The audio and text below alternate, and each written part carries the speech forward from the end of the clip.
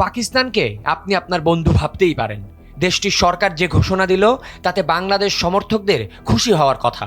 বিশ্বকাপে পাকিস্তান বনাম ভারতের ম্যাচে সমর্থকদের আকর্ষণ থাকে সবচেয়ে বেশি। এবারের বিশ্বকাপে আয়োজক হিসেবে এই দুই পরাশক্তির ম্যাচ থেকেই হয়তো সবচেয়ে বেশি আয় করতে পারত ভারত, কিন্তু সেই আয়ের 12টা বাজিয়ে দেওয়ার মতো একটা ঘোষণা দিল পাকিস্তান সরকার।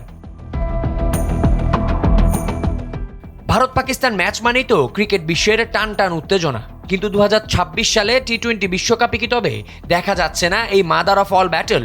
পাকিস্তান সরকারের এক ঘোষণায় ক্রিকেট পাড়ায় রীতিমতো শোরগোল পড়ে গেছে। জানানো হয়েছে 2026 টি-20 বিশ্বকাপে অংশ নিলেও চিরপ্রতিদ্বন্দ্বী ভারতের বিপক্ষে 15ই ফেব্রুয়ারি গ্রুপ পর্বের ম্যাচে মাঠে নামবে না পাকিস্তান। পাকিস্তান সরকারের অফিসিয়াল এক্স হ্যান্ডেলে সরাসরি জানানো হয়েছে এই সিদ্ধান্তের কথা। বিশ্বকাপে অংশ নেওয়ার অনুমতি দিলেও হাই ভোল্টেজে লড়াই থেকে সরে দাঁড়ানোর সিদ্ধান্তে অবাক ক্রিকেট বিশ্ব। বাংলাদেশ ক্রিকেট বোর্ড বনাম আইসিসির এই স্নায়ুযুদ্ধ চলছে প্রায় 1 মাস হলো। এর মধ্যে অনেক কিছু হয়ে গেছে। বাংলাদেশকে বিশ্বকাপ থেকে বাদ দিয়ে স্কটল্যান্ডকে জায়গা দিয়েছে আইসিসি। ইতোমধ্যে বাংলাদেশের গ্রুপেও জায়গা হয়ে গেছে ইউরোপের এই দেশের।